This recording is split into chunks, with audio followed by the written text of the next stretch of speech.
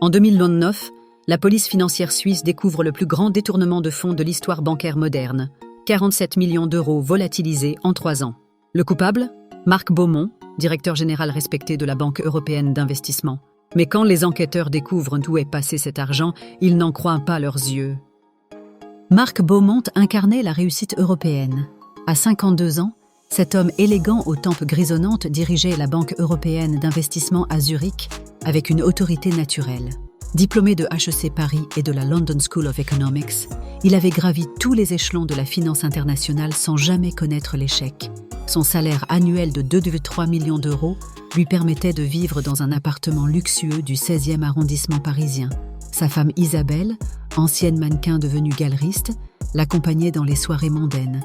Leurs 2 enfants étudiaient dans les meilleures écoles privées de Suisse.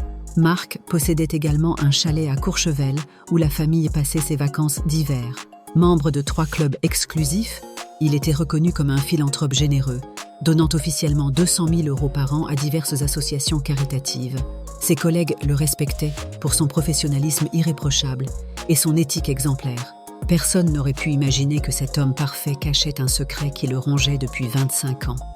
Pourtant, depuis 2017, Isabelle remarquait des changements troublants chez son mari. Il refusait systématiquement toutes les missions professionnelles en Afrique, prétextant un agenda trop chargé. Lors des dîners, il évitait soigneusement toute discussion sur les projets miniers ou les investissements dans les pays en développement. Ses nuits étaient agitées d'insomnie chronique, et elle le surprenait régulièrement en train de consulter obsessionnellement des sites d'information africains sur son téléphone. Plus étrange encore, Marc recevait des appels téléphoniques à des heures décalées, parlant dans une langue qu'Isabelle ne reconnaissait pas. Quand elle lui posait des questions, il prétendait qu'il s'agissait de clients asiatiques et changeait rapidement de sujet. Pour comprendre la transformation de Marc Beaumont, il faut remonter 25 ans en arrière, en 1998. Le jeune Marc, fraîchement diplômé et âgé de seulement 25 ans, effectuait son premier stage dans une banque de développement au Burkina Faso. Sa mission semblait simple, évaluer la rentabilité d'un projet de barrage hydroélectrique près du village de Kourouma, une petite communauté perdue dans la savane ouest-africaine. Rien ne l'avait préparé à ce qu'il découvrit sur le terrain. Le village de Kourouma abritait 2000 habitants qui vivaient dans des conditions d'extrême pauvreté. Ils n'avaient ni électricité ni eau courante. Les femmes parcouraient des kilomètres chaque jour pour rapporter quelques litres d'eau boueuse dans des récipients de fortune. Les enfants mouraient régulièrement de maladies parfaitement évitables, comme la dysenterie ou le paludisme. La sécheresse frappait la région depuis 5 années consécutives, détruisant systématiquement les récoltes. Les habitants survivaient avec moins d'$1 par jour, se nourrissant principalement de mil bouilli et de quelques légumes rabougris. L'école du village, construite en banco et couverte de tôle rouillée, ne fonctionnait que par intermittence faute d'instituteurs formés. Marc passa 3 semaines à Kourouma, dormant dans une case que les habitants avaient spécialement préparée pour lui. Il apprit quelques mots de Mouré, la langue locale, et tissa des liens avec la communauté. Ibrahim Sawadogo, le chef du village, un homme digne aux cheveux blancs, lui expliqua que ce barrage représentait leur seul espoir de survie. Si l'eau arrive, nous pourrons irriguer nos champs, nos enfants pourront étudier le soir avec l'électricité, et peut-être que les jeunes n'auront plus besoin de partir chercher du travail en ville, lui confia-t-il. Aminata, une petite fille de 8 ans, aux grands yeux expressifs, suivait Marc partout dans le village. Elle lui montrait ses cahiers d'école gribouillés et rêvait de devenir médecin pour soigner les gens de son village. Mariam, l'institutrice, une femme courageuse qui enseignait bénévolement, expliqua à Marc que beaucoup d'enfants abandonnaient l'école pour aider leurs parents à chercher de l'eau ou à cultiver les maigres parcelles familiales. Marc rédigea un rapport détaillé recommandant chaudement le financement du barrage. Le coût était de 12 millions d'euros, avec un retour sur investissement prévu sur 15 ans. Il était convaincu que sa banque approuverait ce projet, qui transformerait littéralement la vie de 2000 personnes. Avant de quitter Kourouma, il promit aux habitants que l'aide arriverait bientôt. De retour à Paris, Marc présenta son rapport avec enthousiasme à sa hiérarchie. Il avait préparé une présentation détaillée, incluant des photos du village, des témoignages d'habitants et des projections financières précises. Il était persuadé que l'évidence s'imposerait d'elle-même. La réponse fut brutale et sans appel. Le directeur général, un homme froid aux cheveux argentés, rejeta le projet en quelques phrases lapidaires. « Pas assez rentable pour notre portefeuille. 15 ans de retour sur investissement, c'est beaucoup trop long dans le contexte africain. Nous avons des opportunités plus intéressantes. L'argent initialement prévu pour le barrage de Kourouma fut réorienté vers la construction d'un centre commercial moderne à Abidjan, la capitale économique de la Côte d'Ivoire. Ce projet, destiné à une clientèle aisée, promettait des bénéfices rapides et substantiels. Marc protesta, argumenta, présenta des contre-propositions, mais rien n'y fit. La décision était prise. Pire encore, sa hiérarchie félicita Marc pour son pragmatisme financier et sa compréhension des réalités du marché africain. On lui promit une promotion rapide s'il continuait à démontrer cette maturité professionnelle. Marc comprit que sauver des vies n'était pas une priorité dans le monde de la finance internationale. En 1999, Marc retourna à Kourouma pour annoncer la mauvaise nouvelle. Le voyage fut un calvaire. Il devait regarder dans les yeux les gens qui avaient cru en lui et leur expliquer que leurs espoirs étaient vains. Ibrahim Sawadogo l'accueillit avec le sourire, pensant qu'il apportait la confirmation du financement. La déception fut terrible. Marc vit l'espoir s'éteindre dans les yeux des habitants. Aminata, la petite fille qui rêvait de devenir médecin, était morte de dysenterie quelques mois plus tôt, faute d'accès à l'eau potable. Ibrahim, le chef du village, lui dit simplement « Vous étiez notre espoir, monsieur Marc. Nous avions cru que les Blancs n'avaient pas tous oublié l'Afrique. » Mariam, l'institutrice, fut contrainte de fermer l'école car les familles retiraient leurs enfants pour les envoyer chercher de l'eau ou travailler dans les champs. « Comment puis-je leur enseigner l'alphabet quand ils ont soif ?» demanda-t-elle à Marc avec amertume. Avant de repartir, Marc fit une promesse solennelle devant la tombe d'Aminata. « Je reviendrai avec une solution. Je ne vous abandonnerai pas. » Cette promesse allait changer le cours de sa vie et, 20 ans plus tard, le transformer en criminel. De retour en Europe, Marc Beaumont orchestra méthodiquement son ascension dans le monde bancaire. Chaque promotion, chaque poste, chaque décision professionnelle avait désormais un seul objectif secret: accumuler suffisamment de pouvoir et d'expertise pour tenir sa promesse envers Kourouma. Entre 2000 et 2016, Marc passa 16 années à se préparer minutieusement. Il développa une expertise pointue en transferts financiers internationaux, étudiant toutes les subtilités des systèmes bancaires européens et africains. Il apprit à identifier les failles de sécurité, les comptes dormants, les procédures d'audit. Parallèlement, il cultivait discrètement des contacts en Afrique de l'Ouest, notamment d'anciens camarades d'université qui travaillaient dans le développement. Marc apprit même le mouré, la langue locale de Kourouma, suivant des cours du soir sous prétexte d'élargir ses compétences linguistiques. Il lisait compulsivement tout ce qui concernait le développement rural africain, les techniques d'irrigation, la construction de puits et les énergies renouvelables. Sa femme Isabelle trouvait cette passion soudaine pour l'Afrique touchante, pensant qu'il s'agissait d'un intérêt philanthropique tardif. En 2016, Marc atteignit enfin son objectif. Il fut nommé directeur général de la Banque européenne d'investissement à Zurich. Cette position lui donnait accès à des centaines de millions d'euros et aux systèmes informatiques les plus sophistiqués de la finance européenne. Il avait attendu 18 ans ce moment. En janvier 2017, Marc commença ses premières opérations. Il créa discrètement des comptes fictifs dans plusieurs banques européennes, utilisant de fausses sociétés écrans domiciliées dans des paradis fiscaux.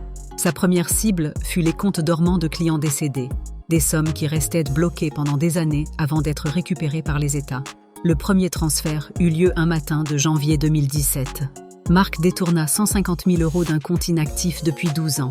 L'argent transita par 3 banques différentes avant d'être converti en francs CFA et envoyé vers le Burkina Faso via un réseau de Hawala, ces systèmes de transfert informels utilisés par les immigrés africains pour envoyer de l'argent à leurs familles. 3 mois plus tard, Marc reçut des photos qui le firent pleurer. 3 puits équipés de pompes manuelles avaient été creusés dans la région de Kourouma. Les femmes n'avaient plus besoin de marcher des heures pour chercher de l'eau. Les enfants pouvaient retourner à l'école au lieu d'aider leur mère dans cette corvée quotidienne. Encouragé par ce premier succès, Marc intensifia ses opérations. En 2017, il détourna au total 8 millions d'euros, perfectionnant constamment sa technique. Il développa un système complexe utilisant les crypto-monnaies pour brouiller les pistes financières. Il recruta également Ousmane Traoré, un ancien de Kourouma qui avait étudié la comptabilité en Europe et travaillait désormais pour une ONG au Burkina Faso. Marc créa une fausse organisation caritative appelée Eau Vive International, officiellement domiciliée au Luxembourg. Cette ONG fictive lui servait de façade pour justifier les transferts d'argent vers l'Afrique. Sur le papier, elle finançait des projets d'accès à l'eau potable dans les zones rurales africaines.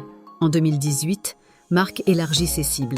Il ne se contentait plus des comptes dormants, mais s'attaquait aux comptes inactifs de grandes corporations européennes. Ces entreprises possédaient souvent des dizaines de comptes dans différents pays, et il leur fallait des mois pour remarquer la disparition de sommes même importantes. Cette année-là, Marc détourna 18 millions d'euros. Pendant ce temps, à Kuruma, les habitants assistaient à une transformation miraculeuse. Un château d'eau moderne de 50 000 litres fut construit au centre du village, alimenté par des panneaux solaires. Une école primaire en dur remplaça l'ancienne construction en banco. Un collège fut même édifié pour permettre aux enfants de poursuivre leurs études sans partir en ville. Un dispensaire médical équipé d'un générateur, de médicaments et d'un réfrigérateur pour les vaccins ouvrit ses portes. Une sage-femme formée fut recrutée pour s'occuper des accouchements. Les panneaux solaires éclairaient désormais les rues du village, permettant aux enfants d'étudier le soir et aux adultes de développer des activités génératrices de revenus. Un centre de formation agricole fut construit pour enseigner aux jeunes les techniques modernes de culture et d'élevage. Les habitants pensaient qu'un mystérieux bienfaiteur anonyme, peut-être un riche homme d'affaires européen touché par leur situation, finançait tous ces projets. En 2019, Marc atteignit le pic de ses opérations avec 21 millions d'euros détournés. Mais plus il volait, plus les besoins de Kuruma semblaient grandir. Le village avait besoin d'une maternité moderne, le lycée nécessitait des équipements scientifiques, les agriculteurs demandaient des machines pour améliorer leur productivité. 2000 personnes dépendaient désormais de lui et il ne pouvait plus s'arrêter. Marc vivait un déchirement permanent. Il volait de l'argent à des entreprises européennes pour le donner aux plus pauvres d'Afrique. Il trahissait la confiance de ses clients tout en sauvant des vies. Il mentait quotidiennement à sa famille, qui ne comprenait pas pourquoi il semblait si stressé malgré sa réussite professionnelle. Sa justification morale était simple. « J'ai juste corrigé une injustice vieille de 20 ans. J'ai fait ce que ma banque aurait dû faire en 1988. » En mars 2019, pressé de financer l'ouverture de la maternité de Kuruma, Marc commit l'erreur qui allait le perdre. Il détourna 5 millions d'euros d'un compte qu'il croyait inactif depuis des années. Le problème était que ce compte appartenait à Volker Industries, une multinationale allemande spécialisée dans l'automobile, qui surveillait ses finances au centime près. Volker Industries possédait effectivement de nombreux comptes dans différentes banques européennes, mais contrairement à ce que pensait Marc, ce compte particulier était utilisé pour des transactions trimestrielles importantes. L'entreprise allemande avait développé des algorithmes sophistiqués pour détecter toute anomalie dans ses flux financiers. 48 heures après le détournement, les systèmes d'alerte de Volker Industries identifièrent la transaction suspecte. L'entreprise contacta immédiatement la police financière suisse, qui lança une enquête approfondie. En quelques jours, les enquêteurs découvrirent l'ampleur du système mis en place par Marc. L'audit révéla 47 millions d'euros détournés sur 3 ans, répartis en 127 transactions suspectes, impliquant 23 comptes différents. Le réseau international de complices comprenait des banquiers en Suisse, au Luxembourg et même en Afrique. Marc comprit que son système s'effondrait et qu'il lui restait peu de temps.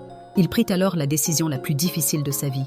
Plutôt que de fuir ou de tenter de dissimuler les preuves, il choisit de préparer sa défense. Il rassembla toutes les preuves des projets financés à Kuruma, les photos des infrastructures construites, les témoignages des habitants, les statistiques de développement du village. Marc savait qu'il irait en prison, mais il voulait que le monde comprenne pourquoi il avait agi.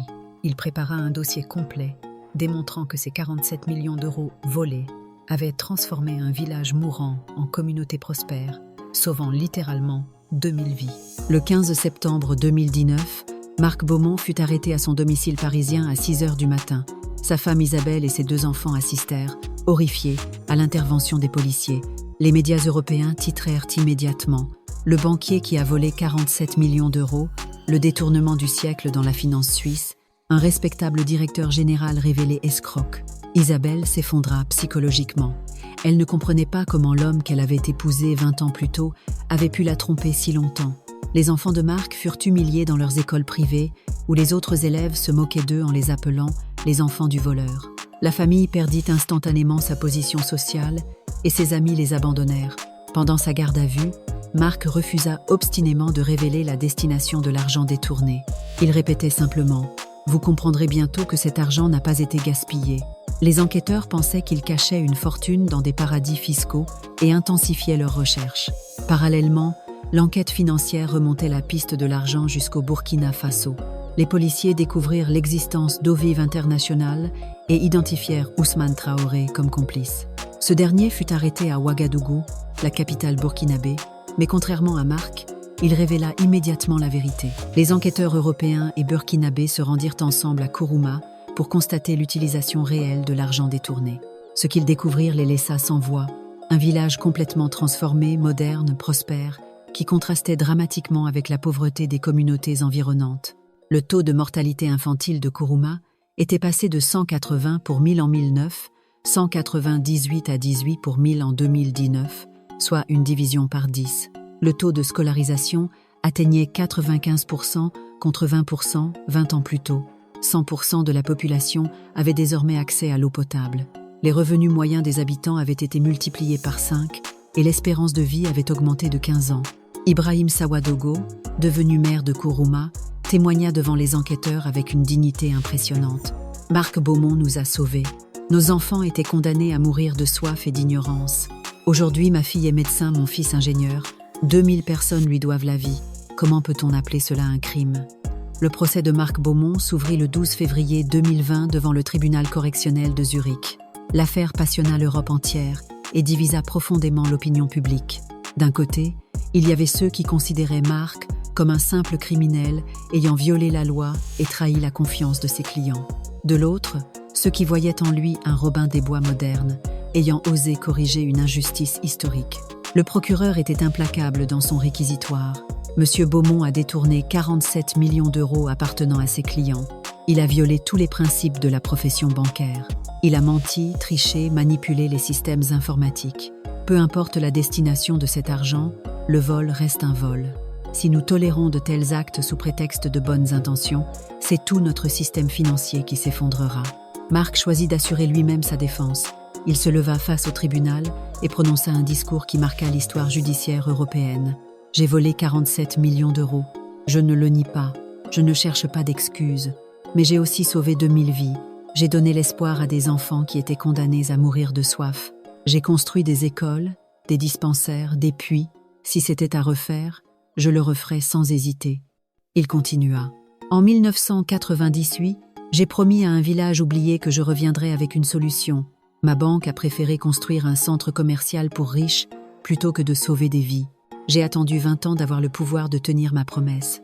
La vraie question n'est pas de savoir si j'ai volé, mais pourquoi il a fallu que je vole pour qu'on s'intéresse enfin à ces gens. Le procès dura 3 mois. Des témoins venus de Kourouma firent le voyage jusqu'en Suisse pour témoigner en faveur de Marc.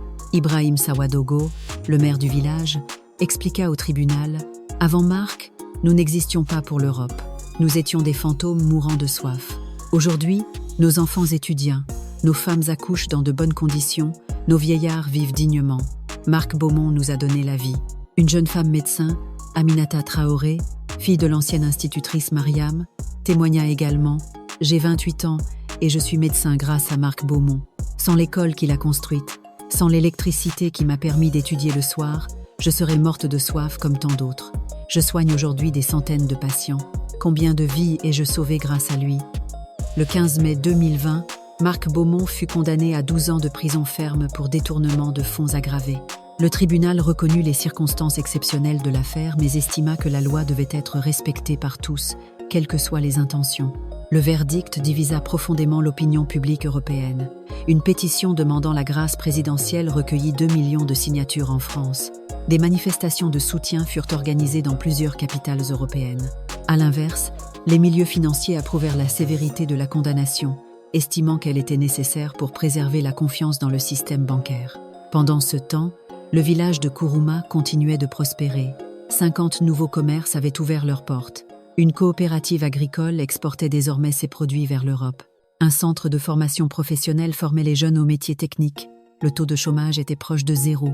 Les habitants érigèrent une statue à Marc Beaumont au centre du village, avec cette inscription gravée dans la pierre « À Marc Beaumont, père de notre Renaissance ». Un homme qui a préféré sauver des vies plutôt que de préserver sa réputation. En 2023, une révélation bouleversa l'affaire. Ousmane Traoré, libéré après avoir purgé une peine de 3 ans, révéla que Marc n'avait pas agi seul. Il existait un réseau secret de 12 banquiers européens qui détournaient depuis 10 ans des fonds vers l'Afrique subsaharienne. L'opération avait un nom de code, restitution. Le bilan total était impressionnant. 340 millions d'euros détournés, 47 villages transformés, 85 0 vies sauvées. Les 12 banquiers furent arrêtés simultanément dans 6 pays européens. Ils revendiquaient tous la même motivation, corriger l'injustice historique de l'exploitation de l'Afrique par l'Europe. Marc Beaumont purge actuellement sa peine dans une prison suisse. Il reçoit chaque semaine des lettres de Kourouma, accompagnées de photos d'enfants souriants, d'écoles bondées, de récoltes abondantes. Sa femme Isabelle, qu'il avait quittée au début de l'affaire, lui rendit une dernière visite en 2024. « Je ne sais toujours pas si tu es un héros ou un criminel », lui dit-elle avec des larmes dans les yeux. Marc répondit simplement « Moi non plus, Isabelle.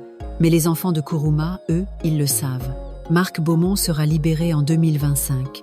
Les habitants de Kourouma l'attendent pour l'inauguration de l'université qu'ils construisent en son honneur. Dans un monde juste, Marc n'aurait pas eu besoin de voler.